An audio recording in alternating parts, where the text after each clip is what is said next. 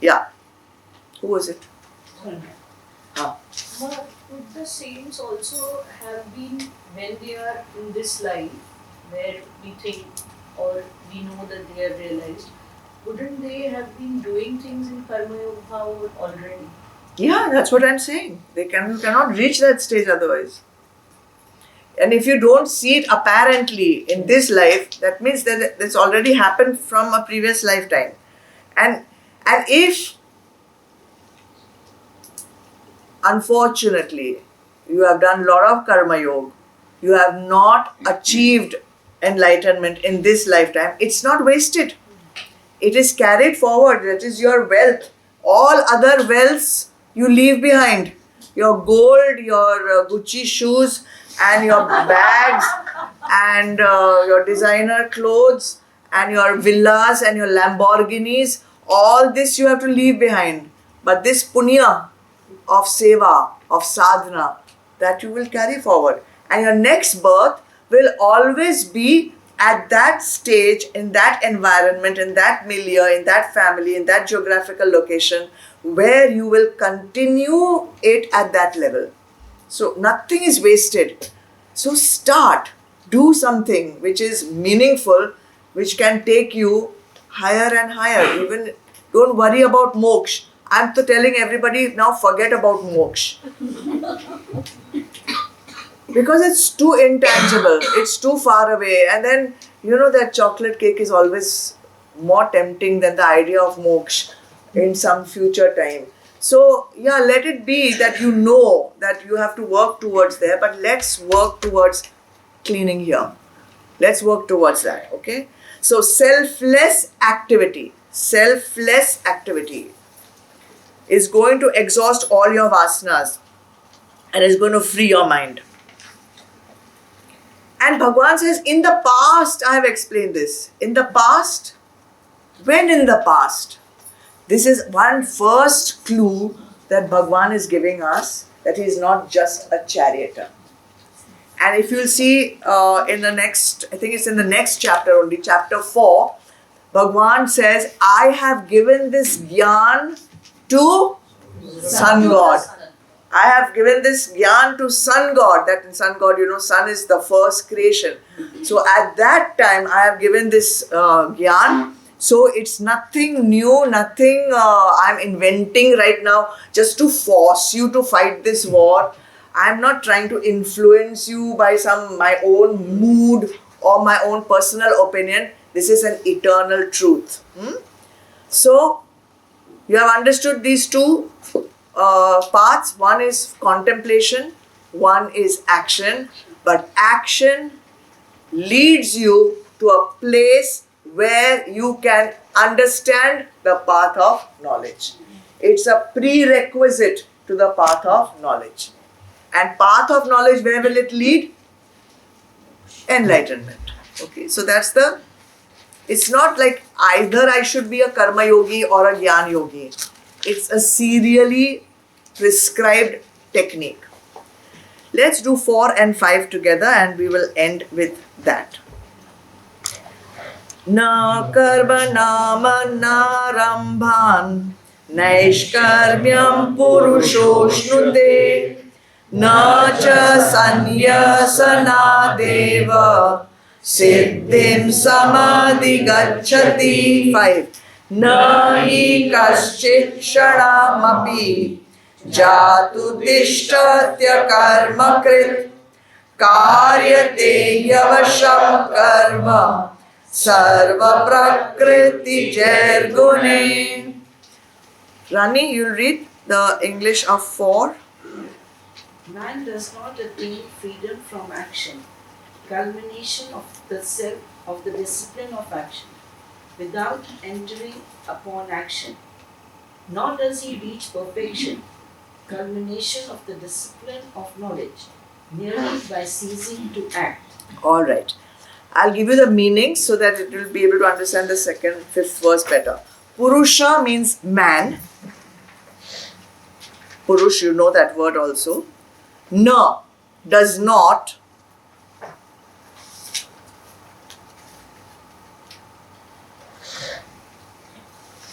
ashnute, attain,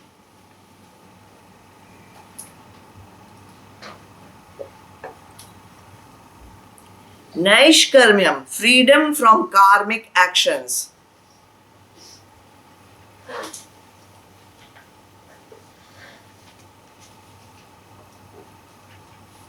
anarambhat, by abstaining from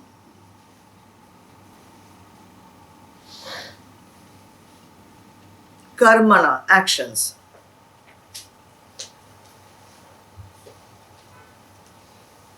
So man cannot get freedom from karmic actions just by stopping to do actions.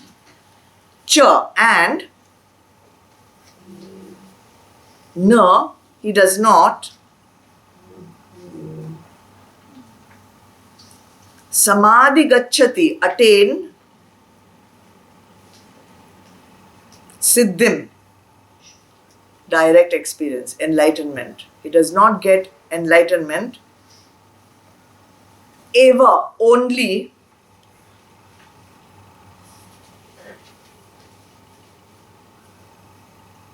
sanyasanat, by renouncing action, by renunciation. It's a very nice verse, just so simply put, but I will explain it to you in a little.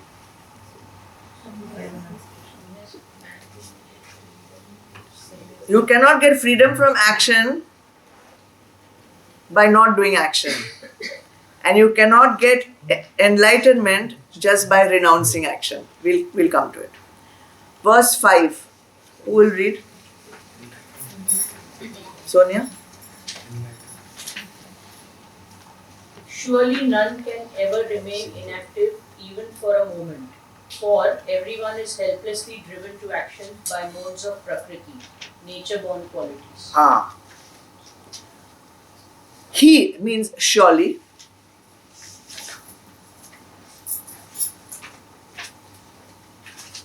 Na, not. Kaschit, anyone. So na kaschit means no one. Tishtati, can remain.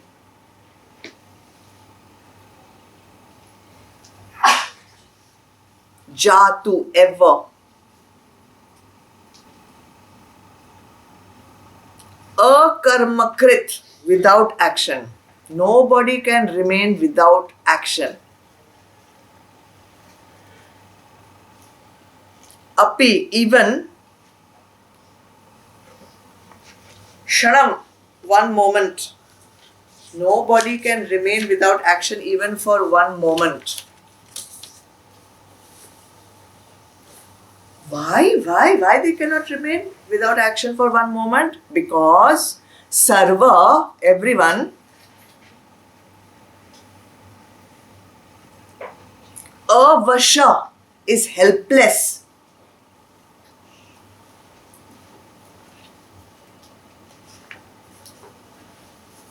He means certainly. Certainly everyone is helpless.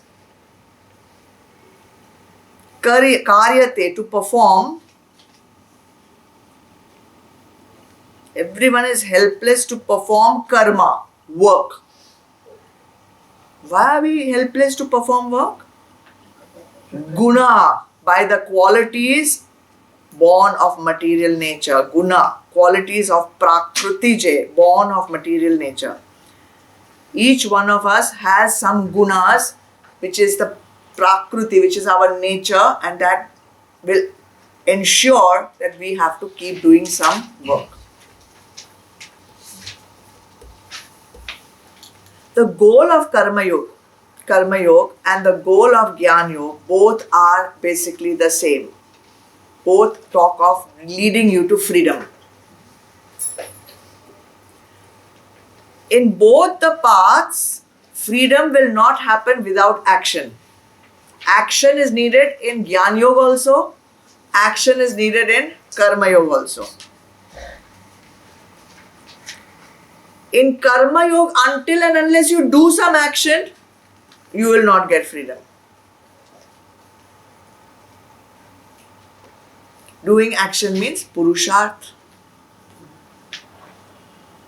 And in Gyan Yoga, you will not get freedom just by stopping action. You say, Gyan Yoga, I will be a sannyasi, I will not go to my office, I will not be in sansar, I will not interact with the family members, I will renounce, and I will sit here and I will dream of God. Then also you are not going to get freedom. So Ma, basically both are saying the same thing. Yeah, that's what I'm also From saying. action. Krishna is saying same thing. So action is compulsory. Action is compulsory to attain liberation. You cannot run away from action. You cannot sit in a cave. You cannot just say, I am going to spend the rest of my life meditating without preparation, without making yourself ready for it. If you do that, then you are just being inactive. And inaction is tamas. Inaction is tamas.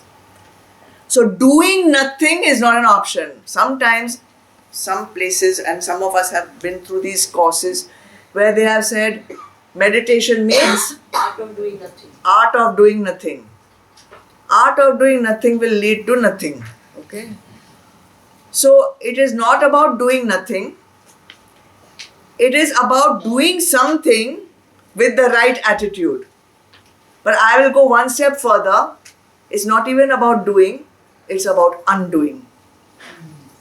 Because we have done so much, we have incurred so much karma, we have collected so much crap, we have filled our minds with so much mull and impurities, we have to undo it. So the spiritual journey, as I see it, is about undoing. Or how to undo? By doing with the right attitude, okay? We have to do actions in such a way that they purify the antakaran, that they purify our mental equipment. And once it is purified, knowledge automatically will happen. You don't have to worry about it. It will happen. It will just reveal itself because you have cleaned the ignorance. Once you've cleaned the ignorance, that knowledge is already there deep inside you. It will just be revealed.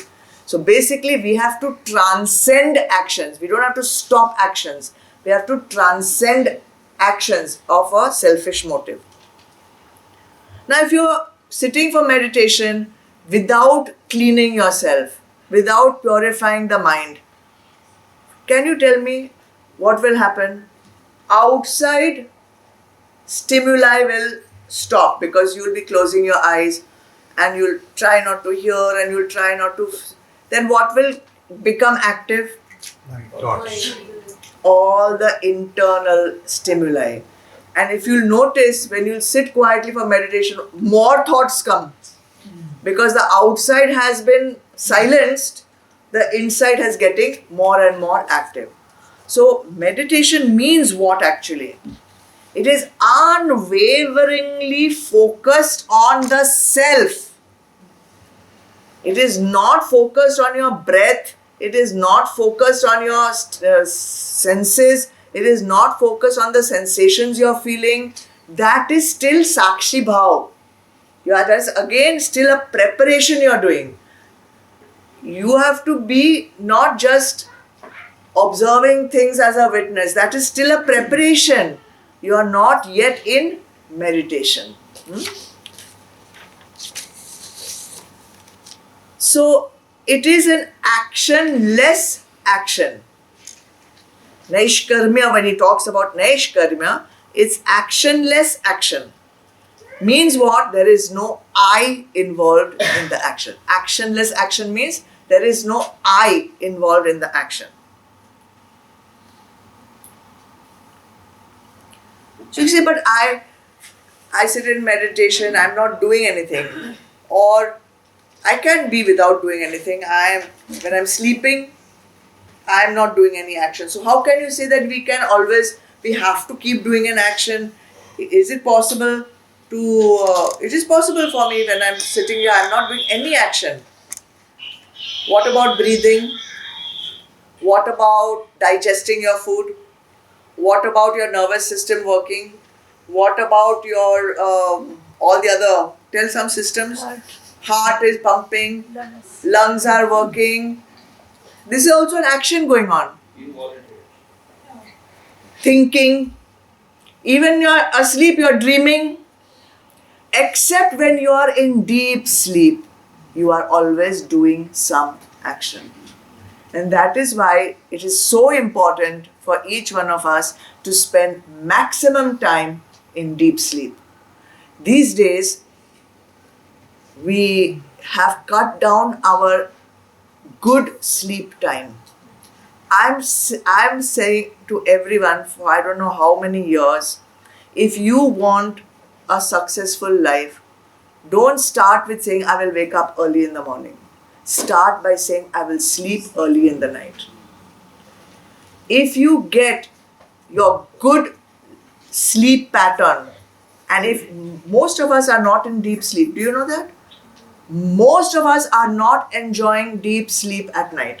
We are in dream state. We are in rapid eye movement. We are not getting deep sleep. When we are in deep sleep, mind has been silenced. Intellect has been silenced. Dream has been silenced. Where are you at that moment? You are established in the self.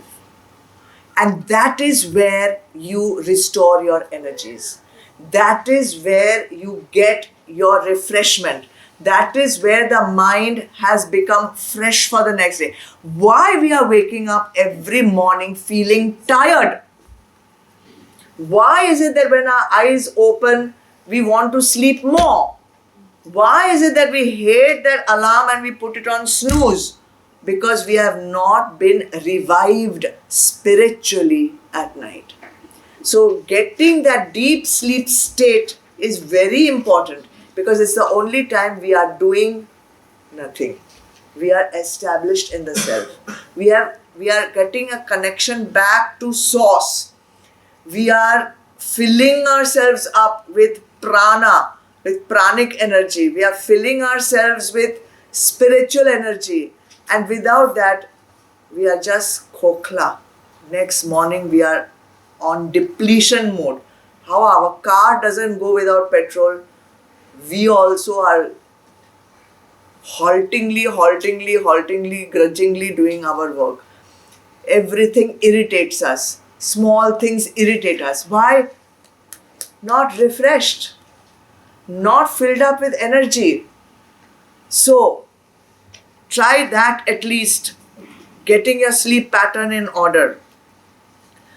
Bhagwan says, why we cannot be actionless or why we have to always be doing some action is because we are living in karma bhumi. World is called what? Karma bhumi. It's the land, is the place, is the space where we have to do action, karma.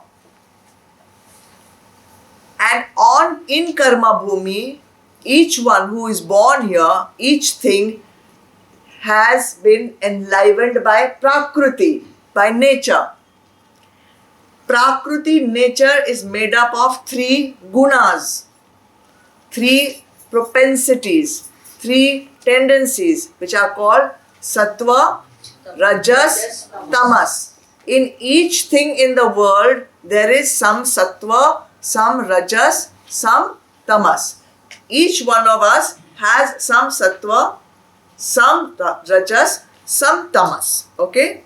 And these gunas will always make you keep doing something. That is its nature of Prakriti. Tamas means inertia in matter. This table is inert.